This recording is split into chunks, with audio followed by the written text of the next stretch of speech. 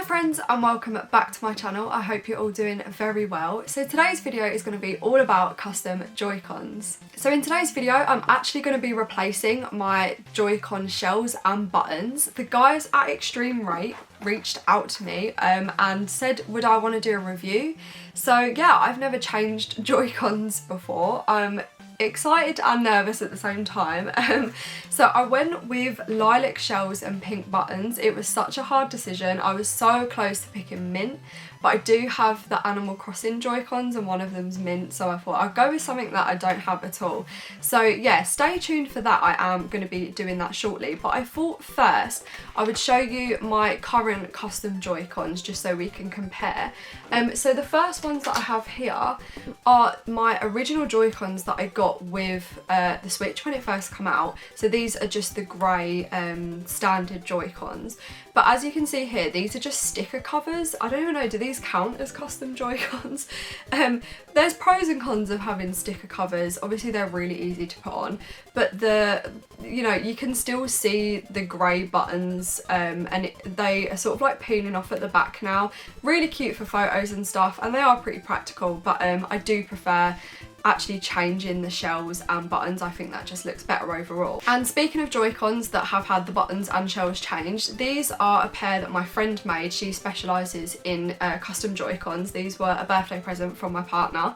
And as you can see here, they are this adorable baby pink colour. So this is why I didn't go with pink shells with the ones from eXtremeRate, because I already have some pink ones. As you can see here, they have these really cute like bright rainbow buttons, and also the buttons on the top and the side here are white, which I absolutely love. These are just everything. Such good quality. They work absolutely fine. They're no different to Joy-Cons when you buy them directly from Nintendo. So fingers crossed that's how mine will end up. So the Joy-Cons that I'm actually going to be changing the shell on are these original ones, the first ones with the sticker covers on, purely because I don't have any more spare Joy-Cons that I feel comfortable with taking the shells off. The only other Joy-Cons that I have are these Animal Crossing ones, which obviously have just come out and they're limited and I love them and I don't really want to change the shells. So I am going to be de-shelling these ones. Just a disclaimer, the left Joy-Con did already have some drift. It was a bit temperamental. So I don't use them that often, but I don't, as I said, feel that confident in myself by taking apart any of my other Joy-Cons. So I thought I would go with these ones first, and obviously if all goes well and I get confident, I'll probably buy a new sort of not drifting set of Joy-Cons and swap them over. So just for demonstration purposes, I will be doing these ones. I'm not going to be filming the whole process. I think if I'm correct, on their website it did say it takes a good few hours to change these over, and I know it's quite fiddly, so I don't want to be filming for hours and hours. But what I'm going to do is take notes throughout the whole process and do a really in-depth review afterwards of my experience. eXtremeRate told me that all of the information is on their website, including video tutorials, which I will be following. Again, I'm going to do a really big in-depth review afterwards. So yeah, I'm going to go ahead and slowly start taking these apart, so stay tuned for the final result. Hello, welcome back. It's been a couple of days for me, but not very long for you. So here are the finished Joy-Cons. Oh my gosh, I literally love them so much. They turn out way better than I thought they would. I've got plenty of notes to go through everything, and I will certainly insert some close-up shots for you guys to see everything up close. But yeah, I am so happy with the colour combo and I just think they look super adorable. So I have all of my notes here in my little Pokemon book. I done this over a couple of days, so I didn't film the experience. There are plenty of tutorials already on YouTube, and I sort of done them all around the house. Like, I didn't sort of have one set station, and I done them again throughout a couple of days, so filming it would have just been really messy, but I am just going to go over a few notes on my experience. I will link everything down below as well, so I will link eXtremeRate's website and also their Amazon link. They have a UK Amazon as well, which is good because obviously I'm from the UK, so it's a lot quicker to get them here. And I will also link down below their YouTube video that I followed. I think originally they sent me a different tutorial, but that one was quite fast paced, especially for me. I'm sure if you've done them before, like, that one would be perfect. but they actually uploaded a recent one for like the Animal Crossing. They were making like Animal Crossing Joy-Cons, but obviously it doesn't matter about the colour, you're still following the tutorial.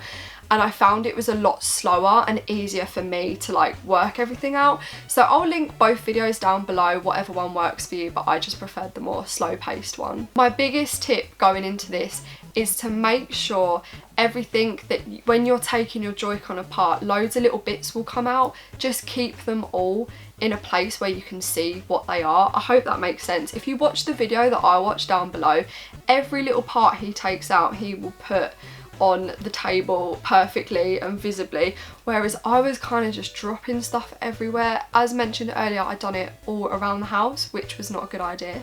But my main thing that I struggled with is when I took my Joy-Cons apart, this little button, the one that you push to like slide the Joy-Con off of the Switch, sort of just popped out and just fell somewhere, but I didn't even notice. I should have definitely been paying more attention. To be honest, I didn't think stuff would just fall out everywhere, but that's just me being naive. So when the first Joy-Con I had the button, done that fine. Second Joy-Con, I was just about to put it all back together and was missing the button, and was like, oh, it's fine, there's loads of spare parts in the eXtremeRate pack. There's obviously the buttons and stuff, there's springs and screws, like if you lose any screws or springs, you're fine, they've put loads in there for you, but obviously they don't give you the actual button. So then I started stressing out because I was like, oh no, I've got this far and I've lost it. But luckily I found it on the floor. So my biggest tip going into this is to just be really organised with your parts, because I'm messy and that was a mistake. My other tip going into this is all the tutorials that I watched done the left and then the right Joy-Con, rightly so, it's just easier to work that way. I done the left Joy-Con. It took me ages because obviously this is so new to me, and there's a few different layers within the Joy-Cons, and for the most part it is really easy to do. You just follow the tutorial, but there's a couple of bits where you get a bit nervous because you have to literally like take the battery wires out, and it can be a bit fiddly. As long as you have tweezers, you'll be absolutely fine. But the right Joy-Con took so much longer. So I'd done the left one and was like, oh my gosh, it'll be so easy. The next one I can smash out in an hour because now I know what I'm doing. The right one is harder purely because of this thing at the bottom, and I think the right one has the Amiibo reader, if I'm correct. So I think the layout in both of them is different, and in this one there was one wire that was really short that had to like wrap round and be plugged into a little area, and obviously on the video they've had so much experience they just go boop, put it in, whereas for me this one bit must have took me about an hour. I was sitting there with my tweezers and I didn't want to obviously pull the wire because you don't want anything to break. So that one part took me literally like an hour. I was getting so stressed, but I managed to do it, and then after that it was so easy. It was just putting the Joy-Con back together. So bear that in mind, that the right one took me way longer. I don't know if it will for you, but... So weirdly, I mentioned it in the previous part of this video that my left Joy-Con had drift prior to me changing the shells.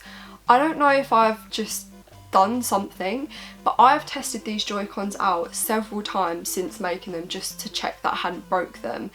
And I have not had drift once. I don't know what I've done, but I've somehow fixed the drift in this Joy-Con. Like, I've been on a few games and I've just had no issues. So, not saying that changing your shells is going to fix your drift whatsoever, but just keep that in mind that it somehow fixed mine. But honestly, I'm so happy with how they turn out. So much so that I would 100% do this again. Like, now I feel really confident. Like, it's definitely not as scary as I thought it would be. I highly recommend doing this if you do have spare Joy-Cons because they just look so cute.